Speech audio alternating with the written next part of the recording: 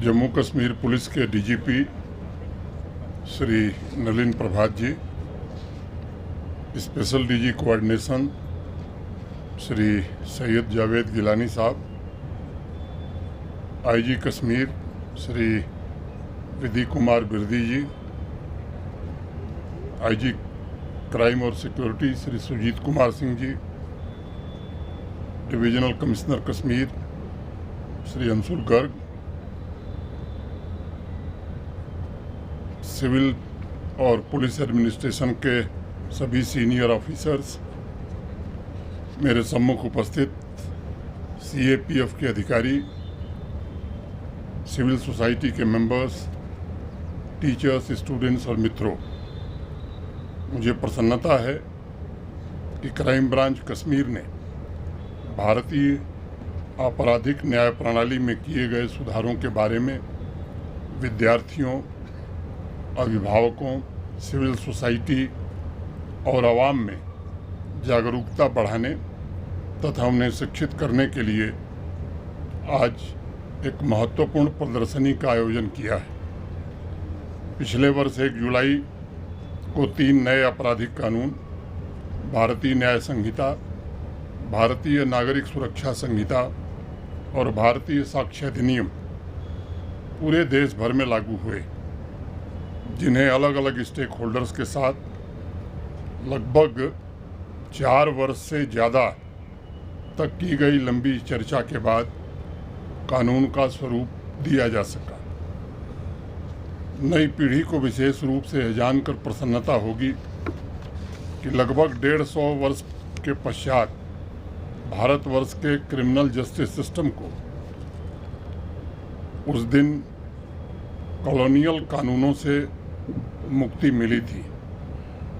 आवाम को ये भी समझने की ज़रूरत है कि इस क्रांतिकारी रिफॉर्म के द्वारा गुलामी के चिन्हों को मिटाने में यह देश सफल रहा है।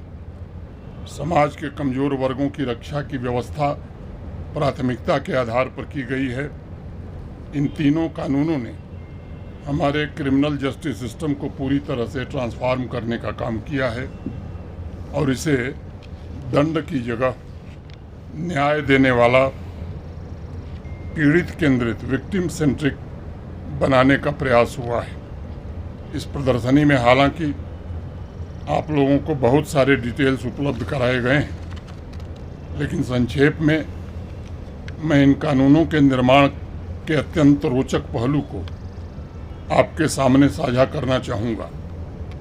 इन 3 नए आपराधिक कानूनों के निर्माण की शुरुआत 2019 में हुई थी, जब भारत के आदरणीय प्रधानमंत्री श्रीमान नरेंद्र मोदी जी ने अंग्रेजों के समय बने सभी कानूनों पर समीक्षा का निर्देश दिया था।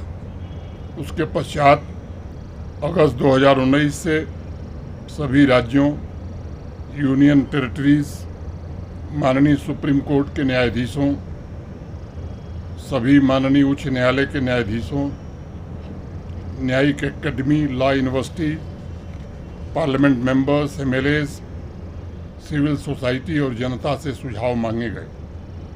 सितंबर 2019 में सभी राज्यपालों और उपराज्यपालों को भी पत्र लिख करके सुझाव मांगे गए थे।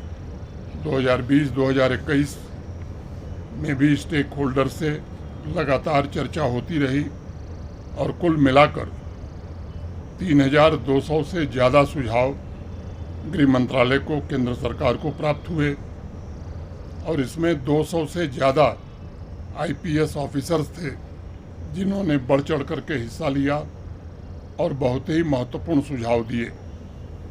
उसके पश्चात परामर्श का दौर शुरू हुआ और भारत के माननीय गृह मंत्री श्री अमित शाह जी स्वयं 158 ऐसी बैठकों में मौजूद रहे।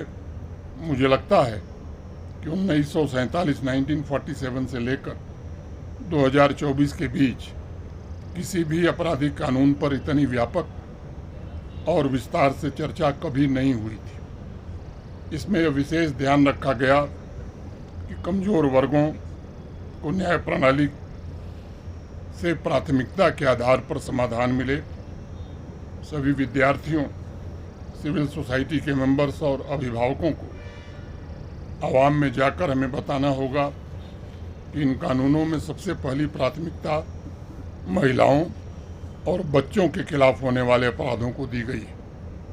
इन कानूनों में बदलते वक्त के हिसाब से नए प्रोविजंस, नई धाराएं जोड़ी गई हैं। स्पीडी ट्रायल और स्पीडी जस्टिस सुनिश्चित किया गया है और ये भी सुनिश्चित किया गया है कि अंतिम व्यक्ति तक बिना किसी देरी के न्याय पहुंच सके।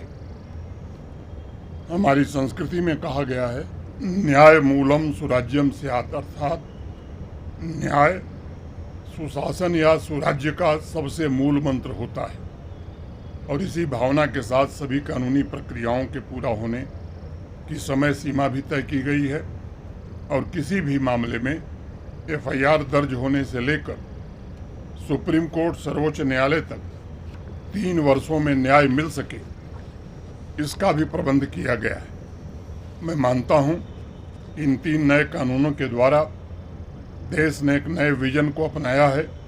यह विजन एक ऐसे समाज की हमारी सामूहिक आकांक्षा पर आधारित है जहां न्याय सभी के लिए सुलभ हो, जहां कानून का शासन कायम हो सके और जहां हर व्यक्ति की मानव गरिमा बरकरार रखी जा सके। हमारे देश के संविधान ने न्याय संगत, निष्पक्ष और स्वतंत्रता तथा बंधुत्व के सिद्धांतों पर आधारित कानून पर सदैव बल दिया है। इसलिए अगर इस प्रदर्शनी में डिस्प्ले किए गए नए कानूनों की डिटेल्स जाकर जब आप देखेंगे तो आपको स्पष्ट रूप से नजर आएगा कि नए कानूनों ने दमनकारी कॉलोनियल ढांचे से हट करके सभी के लिए न्याय और समानता सुनिश्चित की है। इन 3 नए आपराधिक कानूनों में ब्रिटिशर्स के द्वारा बनाए गए राजद्रोह के कानून को पूरी तरह से समाप्त कर दिया गया है। 7 साल या उससे अधिक सजा वाले अपराधों में फॉरेंसिक जांच की अनिवार्यता भी कर दी गई है। इन कानूनों के रोल आउट के समय भी मैं उपस्थित था। सभी स्तर पर कैपेसिटी बिल्डिंग और इन कानूनों के पूरी तरह इम्प्लीमेंटेशन का प्रयत्न भी हुआ है।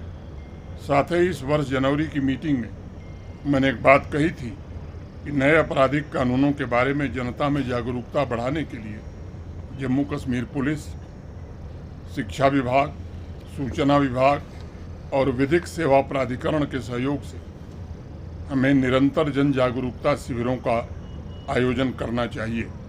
मुझे प्रसन्नता है कि आज क्राइम ब्रांच कश्मीर ने आवाम में जागरूकता के लिए इस प्रदर्शनी का आयोजन किया है।